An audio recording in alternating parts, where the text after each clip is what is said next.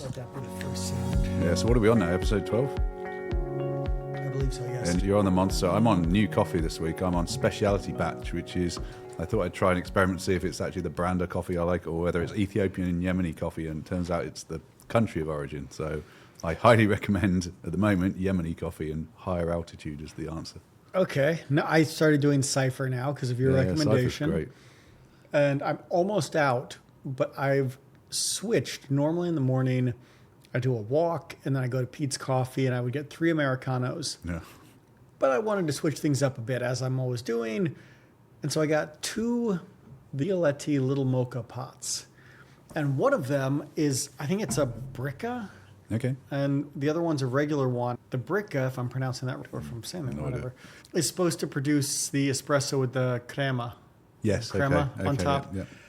Says, I don't, Yeah, okay. but it's worthwhile having 2. Okay. Because if you make one, then you have to wait for about 45 minutes before you can take it apart because it's so hot. Oh, wow. And Okay. so if I want to have a coffee and then a second coffee 20 Stack minutes 'em up. later before I hit the gym, that's good. Okay. So yeah. And I brought the horse down Yeah, nice. for today. The Godfather theme. Yes. No, good. So what are we going to talk about this week? This week, we are going to start with trying to figure out how to frame this. But over the last several weeks, I've been watching a ton of videos from people who are, I'll say, early 20s. They look like they're maybe 22, 23 to maybe early 30s. And it's all about being a UX designer in 2025. Some of it's, is it worth it? Some Okay. of it's, what's the difference between junior and senior? Some of it is, if I were starting now, what would I do? So there's a whole variety of topics. Yeah, that's good. The way that I got into this, within Sapient, we have to do a lot of internal training. These trainings, they're not exactly exciting. Sometimes they're a little boring. Now, here's the important thing though. It's not that the actual content is boring. I just did, I think it was 8 hours of accessibility training. It's not that, it was actually, the content was good, right? These were things around how to think about accessibility on devices, on websites, all of this. Okay. So it really covered a massive spectrum. The way it was delivered was just boring as words I'm not supposed to say. I was told I cursed too much. Watching all these videos from these 20-year-olds, they're all beautifully produced. Okay. They're all well done. And I was just thinking to myself, wow, there's a difference in the setup and how people are delivering things. Just the level of content creation now, I'm more and more impressed by. I'm thinking, how can I do this at home? How can I do more of these things? But I wanted to get into some of the UX content stuff that they're talking about. But that was what was becoming really interesting to me is one, the actual content of what's in these videos of being in UX in 2025. But then the other part is just, these things look nice. And I got to take some appreciation for that. Yeah, okay. That's good. Do you know, I think it's actually a great time to be coming into this discipline, into this capability to start to really make your mark on things, because I think what we're seeing now is a move away from that whole focus on execution around building wireframes and visual designs as an extension of design concept. We're moving into actually the focus is more on the creative aspect, the actual designing aspect. The execution, we've got great tools to make that as simple as it can be and much faster than it ever used to be. Here's why I wanted to dive into that topic this week. Okay, I'm trying to figure out where to start. On LinkedIn, I've seen several posts over the last month around designers saying, oh, this PM said they could replace me with this, or oh, this engineer said now they can produce wireframes, so why do they need a design? And it just feels like there is so much self-protectionism. Yeah. That was the first thing that sort of pissed me off. Not that like, how do we progress in the face of change? It was how do we double down because we're really important. Now, notice engineers are also being told, hey, we can write code. In fact, like AI tools, writing code is the bulk of the conversation. I don't hear a lot of engineers complaining. Instead, they're saying, what do I need to do? Okay, Give it a go and see how well you get on. Yeah. Well, yeah, a lot of them may say the code isn't the greatest, but they're not complaining in the same way. I'm watching, whether that's Jira or Notion or a product ownership or program management tools integrate AI. I don't hear program managers or product owners complaining in the same way and like digging in their heels. I just see a lot of designers doing it, But what I noticed, and we mentioned this, I think it was last week, I see it from older individuals. And it's led to something in my head. I've heard constantly how the tech industry is ageist or ageism or whatever you want to say. And what I am seeing now is if I had to hire people, I want a mindset. And I think that mindset is oftentimes with younger people, more flexible, more agile, willing to learn. Oh, we can have a new fight about things. this one. We can, because you're different. You're diving into all this and you're saying, how do I change myself? Yeah, but I'm weird though. But that's the point. That's why I'm sitting here talking to you, because you have a point of view, maybe that just aligns with me, confirmation bias. But I feel like you are saying what needs to change? What do I need to do to change? I'm asking the same of myself. I see a lot of older UX individuals saying, no, we're still really important, instead of saying, what's happening? What are the external forces impacting me? How do I need to change? Yeah. And that's why all these videos from younger individuals who are 22 to 28 to 30 has started to really interest me, because I want to hear what they are saying. Yeah. The older generation, for the most part, I don't hear them saying really interesting things. I hear that coming from the younger group. But I'm not surprised by that. And I think it comes back to something we talked about before, which is the ideal mix of team, is that you need that hunger and that innovation, that challenge of boundaries that comes from younger people or people earlier in their career. It's not that it's black and white, that you don't get that in older people, but as you just said, it's less common. It's a lot less common, and it's much more frequently seen in younger people. Why do you think that is? I have ideas, but I want to ask Let me you. answer, but let me say that the other side that I think you do need, and why I think older people are just as important, is because we've trained our younger people now more and more to be innovative, to be more creative. We've also detrained them on the ability to focus and finish things, whereas our older generation are really good at that. So I like a blend of the two. To answer your question, though, why do you think that's changed? I think part of it is once you learn a craft, once you work through a skill set to the point you can produce output of value, it's very easy for us to be lazy. It's very easy for us to say, I've achieved what I need to achieve. I'm just going to do that over and over again. And anything that challenges us is change. And we don't like change. We like to just do what's familiar. So once you reach a point you think you can get away with it, as humans being lazy, we try and stay there. So I think you have to actively push yourself to step out of that. And it's not easy. It's not fun. It's annoying. I'm taking notes as you're writing this. And the first thing that I wrote was exactly what you said right before you were saying, which is, for me, I have 25 years experience, and it feels like, how could I possibly throw that away? Oh, no, I have to protect that, instead of saying, oh, actually, with a lot of things changing, what can I change? I think there is a foundation. It's I don't want to say rest on your laurels, but it's a foundation that it feels like you are throwing things away. And I think so much of that is based on ego. I'm the older person in the room. I need to have a better view on things. I feel like this is something that really separates out, whether you want to say mediocre versus good versus great people. As you move up, or I'll talk about my own journey, as I've moved up, when I was a director, I really felt like I had to know the direction. The answer, I had to tell people, where do we need to get to? I'd let them figure it out, but I would need to say where I need to get to. Now that I've moved up and I manage organizations, it's much more about, do I have the right questions to ask to get to the output I need? And that ability to change from knowing a direction to stepping back and saying, I need to ask questions. I think that's something a lot of people don't make or aren't able to make the switch because of ego. I quite like that. I just made it up. No, so good. I like That's it. why I like these conversations. I think you made me think it's like steering. Like when you're navigating from point A to point B, it's easier if you know where point B is. So I've done this lots of times before. I'll go on a direct line there and I'll get there quickly. The challenge we have, particularly in digital, is that point B moves a lot and it doesn't stay the same. So Especially now. Yeah, and it's worse and worse each year. So nobody knows that destination yet. And people who are saying, I've got the path, it's locked, and that's what we're going to do, they're typically doing something that they did 5 years ago, 10 years ago. So there's a good chance it's not right for now. So I like what you're saying in terms of be a strategic steer towards where you think you're going, but adjust with little tweaks along the way. I think you get to a better place faster doing that. If I steer the conversation back towards the videos I've been watching and the content, One of the other things that I've noticed,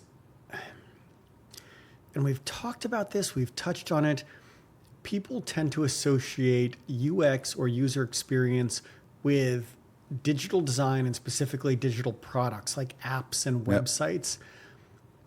With that tunnel vision view, that to me is why so many UX professionals or UX individuals are scared about AI replacing them. And that's been something that I'm doubling down on since I've been watching these videos. So many of these videos, if I were to get into UX in 2025, what would I do? What's the difference between a junior and a senior designer? All of this is presented in the idea of applications and websites. And I feel like that does a disservice to what user experience really is. But this to me is why you get so much fear around AI. People don't actually know user experience in terms of what it should be. They know of it in terms of this myopic view, and this myopic view is what is getting erased. But user experience from a historical point of view, actually understanding the totality of an experience and how somebody interacts with a product or a service from whole customer journey, awareness, understanding, purchase, all of these things. People don't think in these ways. And I think what you said at the top of the podcast, it's a great time to be in user experience right now. That's if you really take user experience at the traditional and the sort of the wider view of this. Because if you take it at that level, there is so much that can be done at this moment. And for me, there is so much that is beneficial to being a creative individual within the technology world. I don't worry about AI replacing my job, but if I had this myopic view, I probably would. So I've been talking for a while, so take over and just hit me back with things. I was doing a bit of reading this morning. I do a lot of reading while I take my daughter to a BJJ class. It gives me time to sit down and just poke a few things, so it's a great time to step away from coding or anything grabbing my attention. But one of the things I started thinking about was, when we talk about user experience in 2025, what's it going to be like in 2035? And actually, I think the threat of AI, there is a very real threat of AI there to jobs within this space, but jobs within any space, but it's the low craft jobs. So for me, experience is about what's the experience that the user takes away from interacting with your output. And it's not about create wireframes and visual designs. Those executional tasks are things that, of course, there's no real craft there. It's all about how can we automate them, how can we execute them, and that will have an impact on people who don't have a level of craft. But as we start to move into how do you genuinely manage the experience people take away, and we start to get into sort of away from sort of traditional responsive design and more into sort of emotional, semantic, adaptive design, where we're starting to think about, and I'll pick up something you've said in the past, which was around what happens when our interfaces aren't as static, when our guideline, our brand values start to be the guiding forces, and where, let's say I'm interacting with a travel app and it recognizes that at this point I'm an hour before my flight's about to leave, so I don't want to have a nice, gentle, guided, curated tour through tourist things. I want easy access to my ticket information and to know where I need to be, what gate I've got to be at. So it could adapt a navigational interface to be very specific and direct around calls to action. Or a banking interface might know, well, actually, where you are at the moment, it's late at night. So I'll adapt my color scheme. So I'm switching to a dark mode. I'm switching to softer colors because I know you're probably quite tired at this point. I'm not giving you very harsh contrast interfaces. And then you start thinking, I'm not designing around brand colors. I'm designing around a brand palette which adapts and is fluid. Same for navigation. Then we start to think about, there's loads of rabbit holes here, but start to think about, we learn muscle from interfaces. But do we? Or is that just that what we've told ourselves for the last 30 years? Actually, if you ask a 12-year-old now who's used to so many different interfaces, do they build up that muscle memory, or do they actually learn ways of navigating that are more intuitive? And is that where we should be designing? Pick that lot apart. Okay, I'm going to pick up two things that I loved. Number one, low craft jobs. Yes, this is the word that I have been looking for, and I think you specified it perfectly. When everybody is worried about AI taking UX jobs, it is taking the low craft jobs. It is not taking, as you just described, the jobs that have to think about the totality of the user experience where you're looking at the inputs, the data, the context, the emotion, the story, the agent or the human design, all of these elements. That's why technologists aren't worried about this, I think, because that's the hard stuff. Yeah. So right now, if I had to summarize what we've talked about in this podcast, or at least in the last 20, 25 minutes, in 2 points, because I always love sort of summarizing these things as I go. Low craft jobs are the elements that are most, let's say, prone to disruption or removal from AI.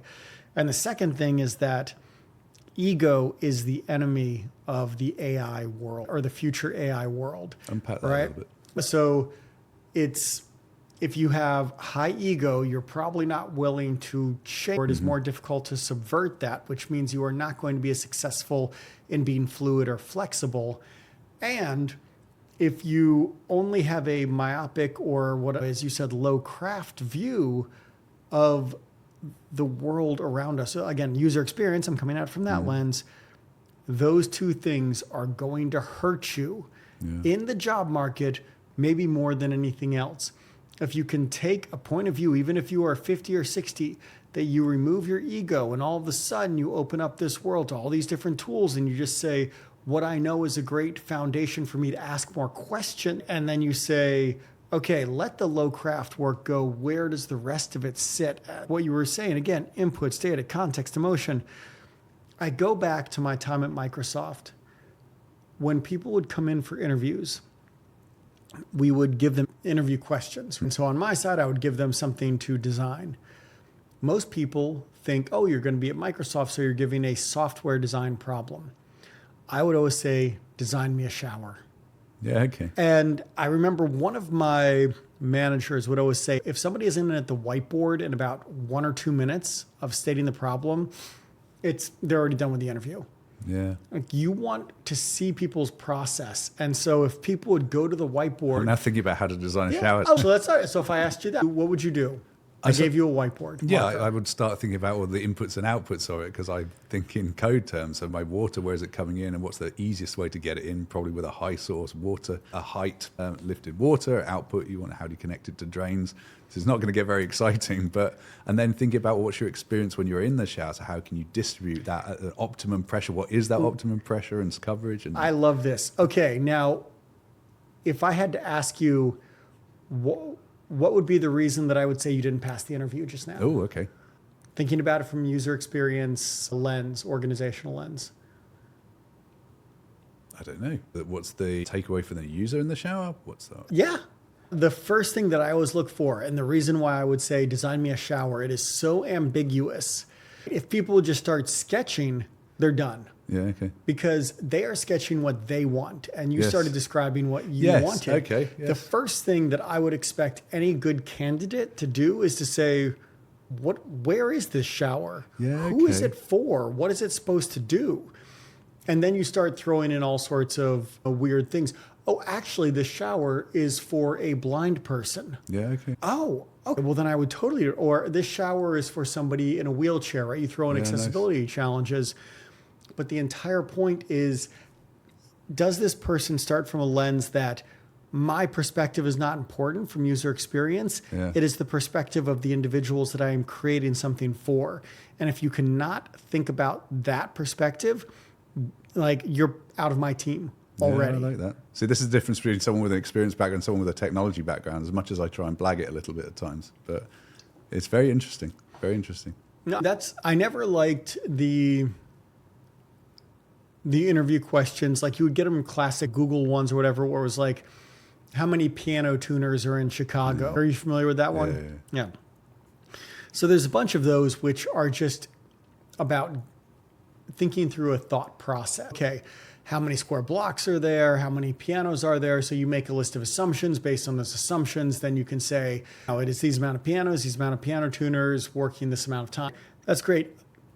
That is, to me, a analytical code way of looking at things versus, again, looking at it from a user perspective. Yeah. So user experience individuals, if you can really think about who you are designing for, AI, I've seen AI with some of the reasoning engines come back. If you give it a ambiguous problem, it will start to ask and query from you.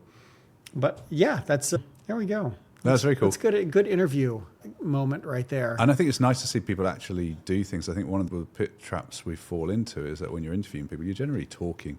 And I think we've learned, if nothing else, we've learned from the last couple of years of AI exploding is that talk is really cheap, and that actually seeing people do things is far more valuable. I used to get people, when I was running front-end teams, I used to make them make web pages in the interview. I'd give them like half an hour and say, you're not going to have enough time to do this, so let's see how far you get, because you start to see the structure of how people think and put things together. And that structural thinking, the actual output, it doesn't really matter, but how they've started, the foundations that they put in place, I think that approach is still true now when it comes to AI, particularly when you can take a large language model and say, oh, just do it all for me, because you don't set up foundations that way. You just literally go at it like a bull in a china shop, smashing down the first problem one after another.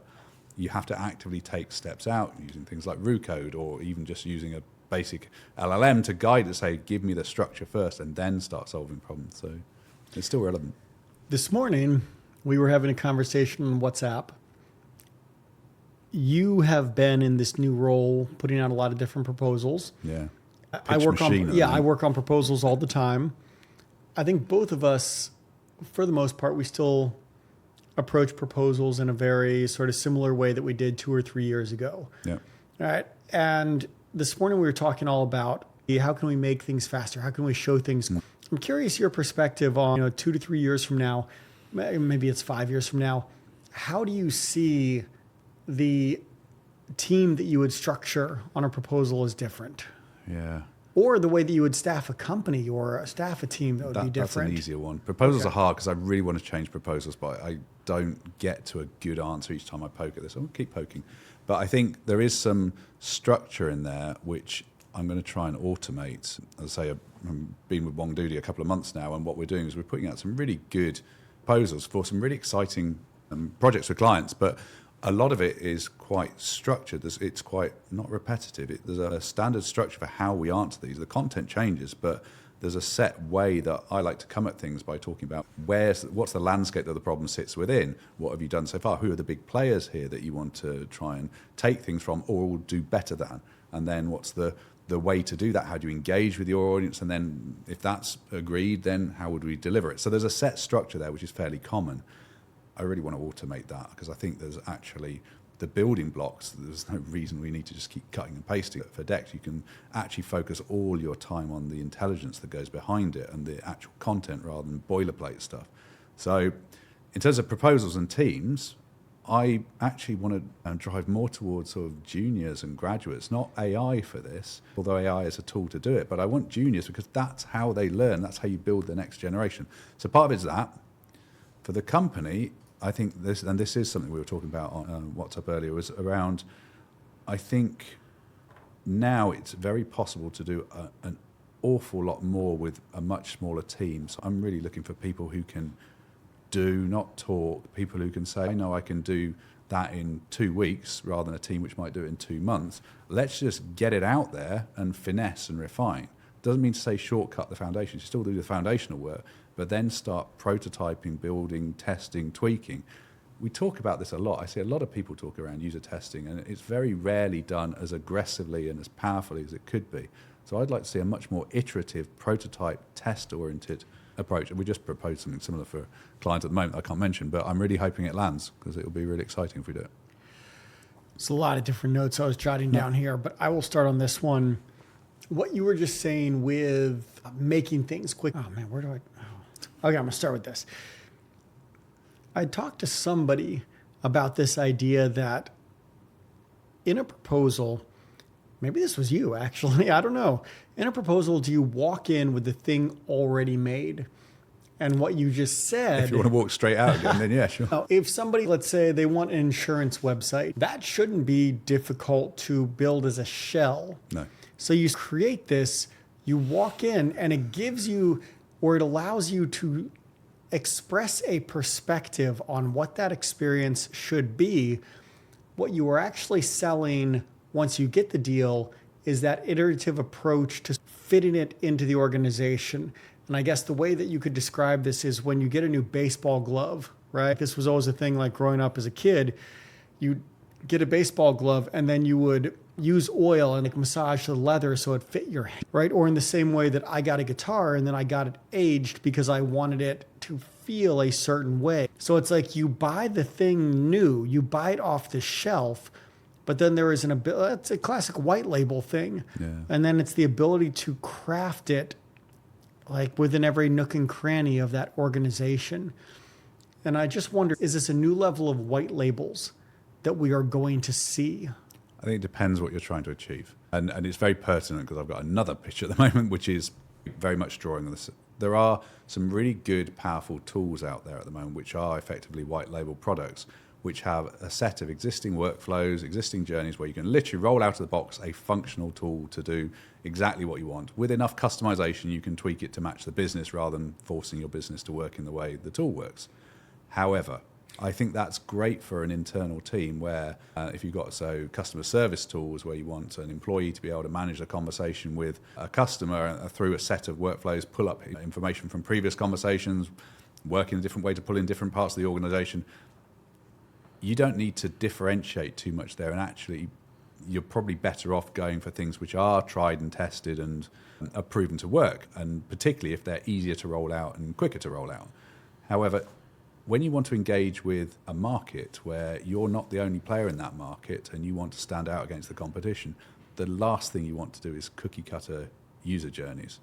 What you need to do is find a way for your users to engage with you over your competition, and you can do that through brand values. You can do that through convenience, as we've talked about on many occasions. You can do that through delight and intuitive interfaces. Cookie cutter won't do that. You'll produce a good functional solution that will stand out from nobody. And I think that's the challenge. Well, challenge and add to that? I'm not sure. I think you actually can have a cookie cutter solution. However, you need 2 or 3 signature moments. Yes. And the reason I say you can have a cookie cutter solution is because I think it's Jacob Nielsen that has this Jacob's Law thing that users spend more time on other people's sites than your site, right? Therefore, don't try to produce something super unique because you're going to make it hard for them to use.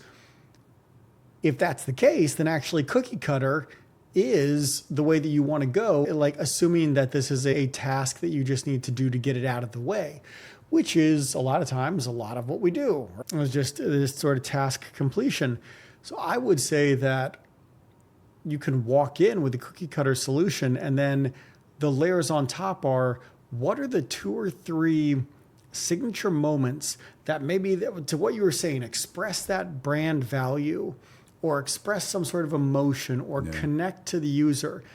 I think you see this in applications like Revolut, right? Or Mons. I'm on a banking kick right now because my clients.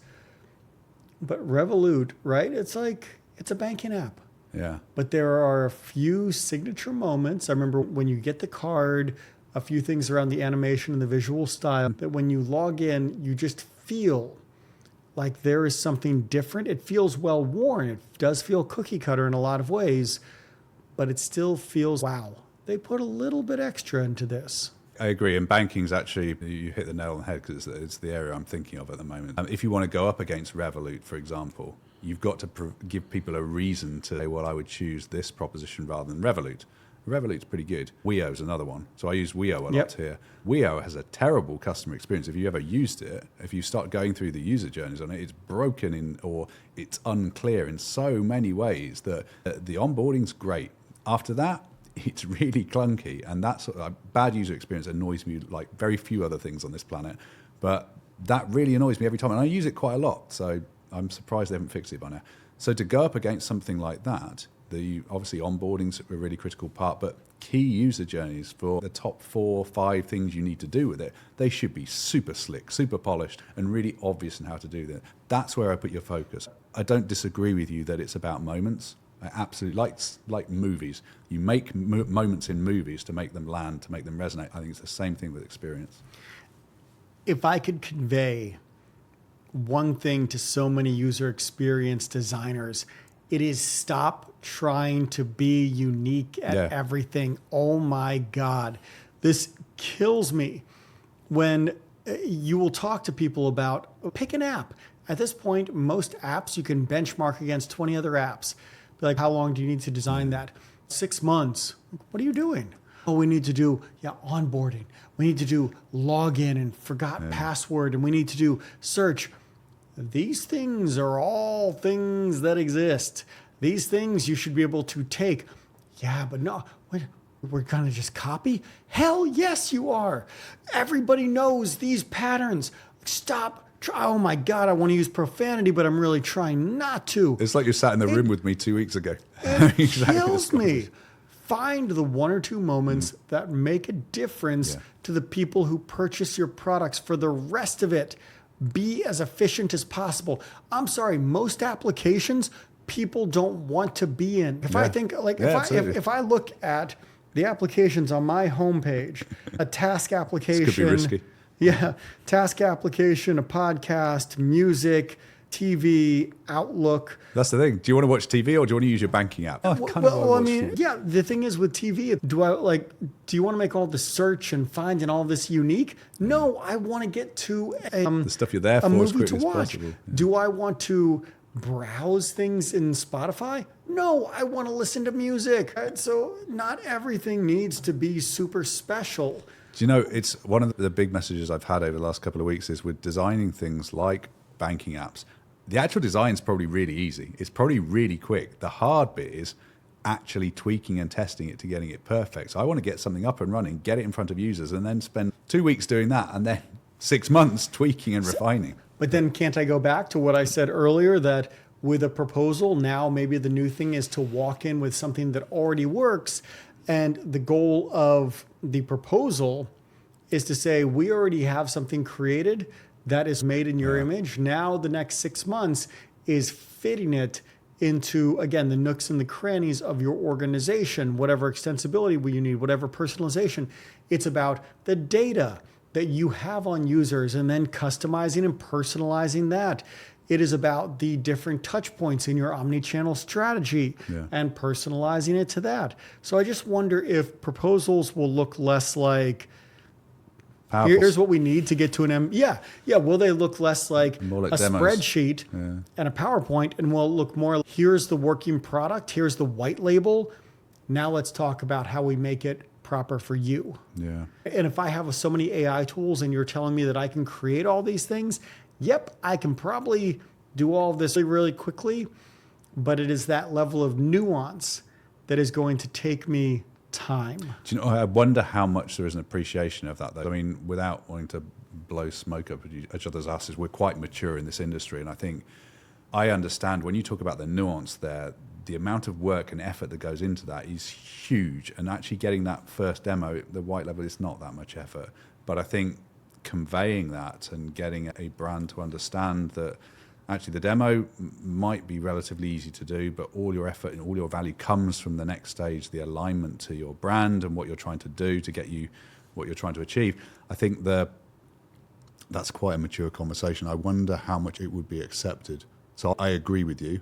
It's something I wasn't quite as far down the line, but I was getting to that point of maybe trying with a financial product. I'm wondering if we can do it elsewhere as well now. So if we go back to that conversation of junior and senior, right? The people who are like, I have 20 or 25 years experience. I know what to do. If your job is actually around that level of nuance, that level of taste, right? That Rick Rubin style of creativity, that you have that perspective to bring, you have that long arc of a career that you can now bring in and have richer discussions on what the basics mean in a nuanced world, versus the junior side is the people who are still cranking people. Putting the white label demos. Yeah, they'll do the white label, cranking things out. So you have this whole bank of junior talent that is cranking out the white labels, and the seniors that are then cranking out or understanding or directing the nuance. All of a sudden, you're not looking at lost jobs. You're looking at different jobs. You're looking at routes into the industry. Yeah. But now, as a junior, if you tell me that's what a junior and a senior person does, I can see how I can start out as a junior and progress to mid-level and progress to senior.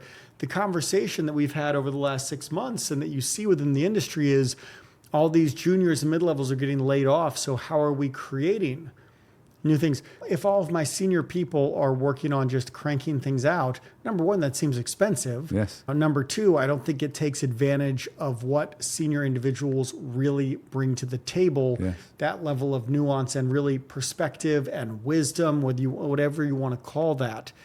I still think there is that role for junior talent where we maybe are getting hung up, and this is where I'll pass it to you in a second. We are looking at the same process and saying, how does junior and senior talent fit into that process? What we just discussed in the last 30 minutes is this is a fundamentally different way of working. Yeah. Therefore, you still need a spectrum of talent, but they are doing different things. Do you know, ironically, I've got a feeling it's actually a very old way of working if you start to think about manufacturing or carpentry or painting, where the masters got juniors to start their paintings for them and then they added their experience on top of it.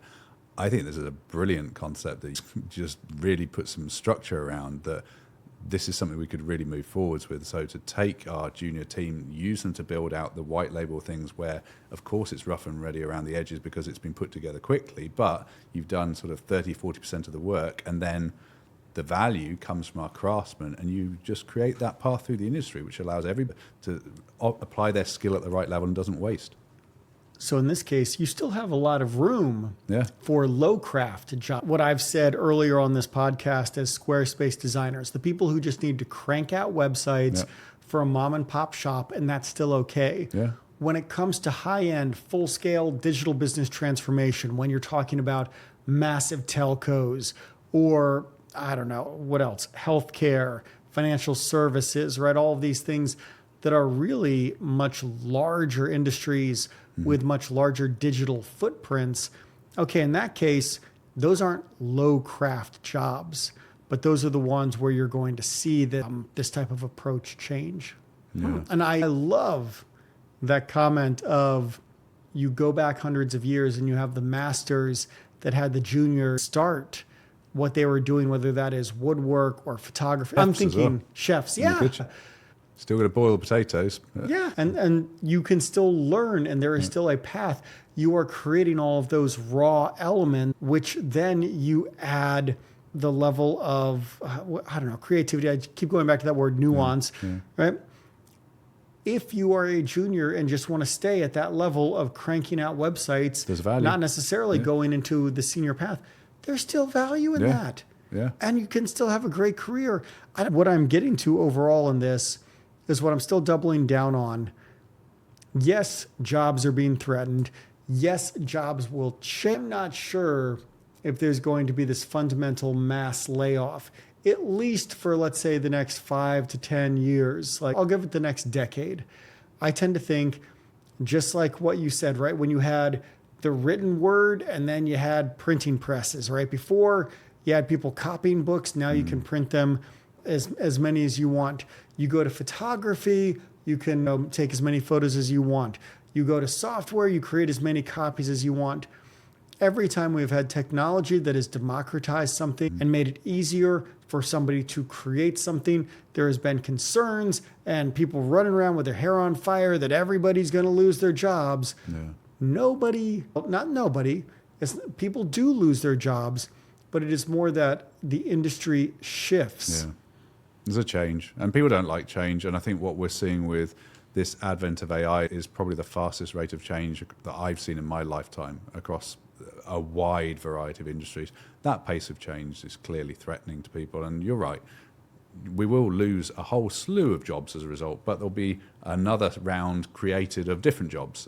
I think there is a bit of a red herring in there. I see lots of jobs being created around AI as people start to move and transform across industries to take advantage of AI. And I think those are quite short-lived. So I think take advantage of them while you can. But really the value is understanding what is your own craft, what is your own value add into this. And if it's at the lower end in that I can crank out the white label things, then get really good at cranking them out and use AI to do that really well. And if your skill is in about developing your eye, your finesse, your ability to refine, then work on that and understanding what your inputs into that to get a better quality of output. All right, so we've talked about the low craft side. The ego is the enemy of the AI world. This whole idea of sort of new white labels. I'm going back through everything, the cookie cutter and signature experience. I'm going to wrap it up in this way, and then I'm going to pitch it over to you for last words. So think about this. In my late night or early morning working sessions, I have run into this interior designer from Pakistan who also sits at Pete's Coffee. He tends to work until 4 or 5 a.m. and then he goes to sleep. I'm up at 3, so we see each other in passing. He said, "Can you take a look at my website?" Yeah, sure. So he created this website, right? He used AI tools to create this website, and he shows it to me. And I didn't really need to make actually one comment on it. I just said, what do you want people, when they land on this page, to take away? That we do interior design and we're willing to do a free design for you. And then if you want, we partner with lots of furniture stores so we can get that furniture for you. So we had a whole business plan. Yeah. Okay, and I took notes and I said, okay, what you just said, you want people to understand this, you want people to do this. When you look at that page, is any of that clear? He looks at it and he's like, no. Okay, I think you need to make some adjustments. Yeah. I didn't have to give him any comments at all. All I had to do was ask questions. And I think that goes to the idea that he could make this site, he could make all the content. He still couldn't figure out what exactly needed to happen from that perspective, that wisdom part. So you can still make all these things. Is it clear? And that's why I still feel safe. That's why, that's why I still feel okay. But tell me how you want to wrap this up. It's a kind of segue into thought I've been having around meaning and value in what you do. In that, with these new tools, we're finding that we can do so much more now. That we've had this conversation before as well, where the list of things that I want to do at the moment, my project list is just enormous. I can add a project to it every day and frequently do. My challenge is, how do you actually keep the energy level high and the motivation high enough to plow through them? Because the fun bit is in the first sort of 3 days of just building a proof of concept, I think I can do this, can I do it? We tried automating LinkedIn content. That was really fun. 3 hours in total to get something start to finish that worked. That's the fun bit, the really high energy stuff. But the hard bit is I'm working on my little photo catalog thing, is I'm now in sort of probably end of month 1 of full on work if you add it all up. And that's the grind, and that's the fighting through every little bug, trying to push it out there. So the balance between how do you keep the energy and enthusiasm there with the need to complete, because completing stuff's probably more important than the ideas. Otherwise, you've just got a bunch of random ideas in a folder. How do you keep that high? And I find that it helps to swap a little bit, that you've got to put a dedicated amount of time into it each week. We say, I'm going to do this. I'm going to put an hour in a day on this, and I'm committed to that, and I'll stick with it. I'm going to allow myself some fun time as well to do some stuff. And I'm going to allow some time to do things which have nothing to do with any of it. So by the time I'm done with that, I'm hungry to come back to it. And maintaining hunger, I think, is hard. We'll probably dig into that another time. I think we can, but the way that I'll sum that up, shipping software still, even in the age of AI, is difficult. Yeah, let's automate that. So, Dunbar, catch you next week, man.